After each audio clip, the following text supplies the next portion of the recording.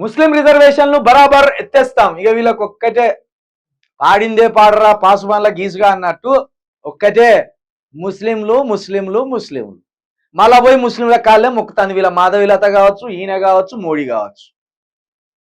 మొన్న ముస్లిం పెద్దలు దేశవ్యాప్తంగా ఉన్న ముస్లిం పెద్దల దగ్గరికి పోయిండు మోడీ. పోయి దండం పెట్టి, అయ్యా మేము మీ పట్ల మేము మంచితనంతో ఉన్నాం, ఏదో 4 ఓట్ల కోసం మా హిందూ సోదరులు రెచ్చగొడితే ఓట్లు ఎత్తారని మేము రెచ్చగొడతానని తప్పించి మీకు మాకు పంచాయతీ ఏంది అంటాను. ఒక వైపు చూస్తేనేమో మోడీ ముస్లిం పెద్దలతోటి పోయి సేమియా తినస్తాడు, బిర్యానీ తినస్తాడు రంజాన్కి. ఆ మసీద్కు పోయి ఓ టోపీ పెట్టుకొని ఆ మోకాల మీద ఉండి నమాజ్ చేస్తాడు. ఇక చూస్తేనేమో ముస్లింల రిజర్వేషన్లు ఎత్తేస్తాం. మీరు ఎత్తేయాల్సింది ముస్లింల రిజర్వేషన్లు కాదు, పార్లమెంటులో ఉన్న అత్యధికమైన సీట్లు ఓసీలో ఉన్నాయి కదా, ఇక ఓసీల రిజర్వేషన్లు తీసేయర్రి. ఓసీలకు ఎక్కడి రిజర్వేషన్లు అనేది, జనరల్ సీట్లు అన్ని వాళ్ళే, కానీ అవి రిజర్వేషన్ అన్నట్టే. జనరల్ సీట్లల్లో ఒక్క ఎస్సీ కానీ ఇచ్చిన సీటు, ఒక్క ఎస్టీ కానీ ఇచ్చిన సీటు, మరి ఇవ్వలేదంటే అది రిజర్వేషనే కదా. మరి ఎస్సీల రిజర్వేషన్లు ఎస్సీలకు ఉన్నాయంటే ఎస్సీల రిజర్వేషన్ల ప్రకారం ఎస్సీలకు ఎన్ని సీట్లు ఉండాలి? 30% ఉన్నోనికి 2 టికెట్లు ఉంటాయి పార్లమెంటు స్థానాలల్లో. ఎంత? 4 టికెట్లు అవా. ఇక 50% ఉన్న మా బీసీ సోదరులకు 3 టికెట్ల, 2% ఉన్న వీళ్లకు 12 టికెట్ల. ఆ రిజర్వేషన్లు రద్దు చేయి. ముస్లిం రిజర్వేషన్లతోటి ఎస్సీ బీసీల ఎస్టీలకు ఏ ప్రమాదం లేదు. రెడ్డిల రిజర్వేషన్లతోటి, వెలుమల రిజర్వేషన్లతోటి, బాపునోళ్ళ రిజర్వేషన్లతోటి, కోమటోళ్ళ రిజర్వేషన్లతోటి వీటితో ప్రమాదం. ఎందుకంటే వాళ్ళే ఓసీ రిజర్వేషన్ మొత్తం, ఆ జనరల్ కేటగిరీ మొత్తం అనుభవించేది వాళ్ళే. ఇంకా రిజర్వేషన్ పెంచాలి, బరాబర్ పెంచాలి, లేదా రెడ్డిలకు రిజర్వేషన్లు ఇవ్వాలి. వాళ్ళ జనాభా ప్రతిపాదికన వాళ్ళకు 2 సీట్లు 1 సీటు కేటాయించాలి. బ్రాహ్మణులకు వాళ్ళ జనాభా ప్రతిపాదికన కేటాయిస్తే వాళ్ళకు 1 సీటు కూడా రాదే వాళ్ళకు. నిజంగా మొత్తం పార్లమెంటు ఎన్నికలకు సంబంధించి బాపనోళ్ళ రిజర్వేషన్ చేస్తే ఎంపీలుగా ఒక్కటే సీటు ఇవ్వచ్చు వాళ్ళకు. ఆ రిజర్వేషన్లు ఎత్తే అయిపోతుంది. ఆ రిజర్వేషన్లు చేయాలంటే ఓ బహుజన ప్రధానమంత్రి కావాలి.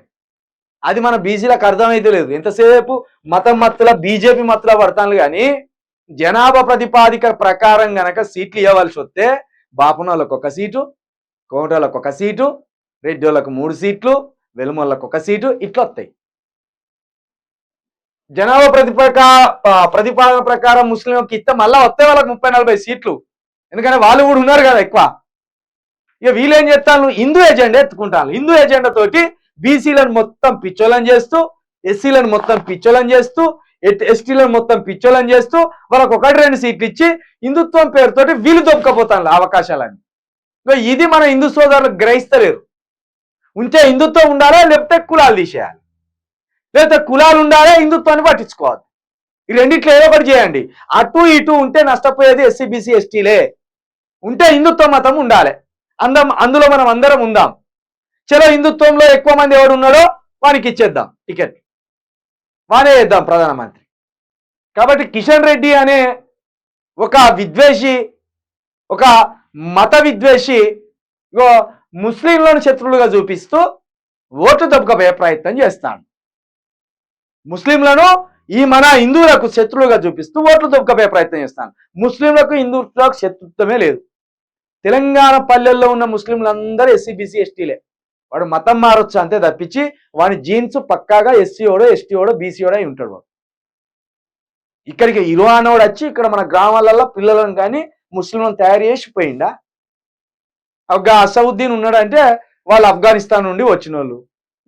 ఆయన ఎవరు? ఫారూక్ ఖానా, ఫిరోజ్ ఖాన్. ఆయన ఇరాక్ నుండి వచ్చిన ఆయన ఒప్పుకుంటాడు. మా ముత్తాతలు మా తాతలు ఇరాక్ నుండే ఆఫ్ఘనిస్తాన్ నుండే వచ్చి మేము స్థిరపడ్డాం.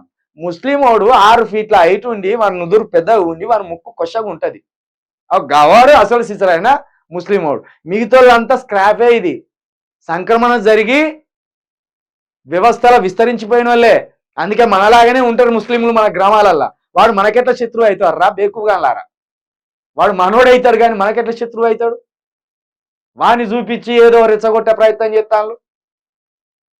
ఇది పక్కన పెడితే వీళ్ళని పట్టించుకోవద్దు, వీళ్ళు సైకోలు. బీజేపీ అంటే సైకోల పార్టీ, అది దాన్ని పట్టించుకోవద్దు మనం. కూడిన కాడ కుక్కల కొట్లాడ పెట్టి నవ్వుతారు. గతం వీళ్ళకి అధికారం రాగానే మళ్ళీ సలహా పడతారు, మళ్ళీ వాళ్ళ ఇంటికి పోయి సేమియా తింటారు, వాళ్ళ ఇంటికి పోయి బిర్యానీ అంటారు. మనల్ని మాత్రం పిచ్చోళ్ళని చేసుకొని కొట్టుకొని సావుర్రా అంటారు.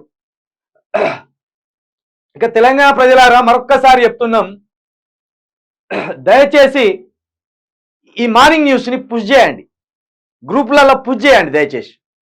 మార్నింగ్ న్యూస్ మంచిగా మనం చెప్పే విషయాలన్నీ తెలంగాణ ప్రజలకు నీట్గా అర్థం కావాలి, క్లియర్గా అర్థం కావాలి. కాబట్టి దీన్ని తప్పకుండా పుష్ చేయండి.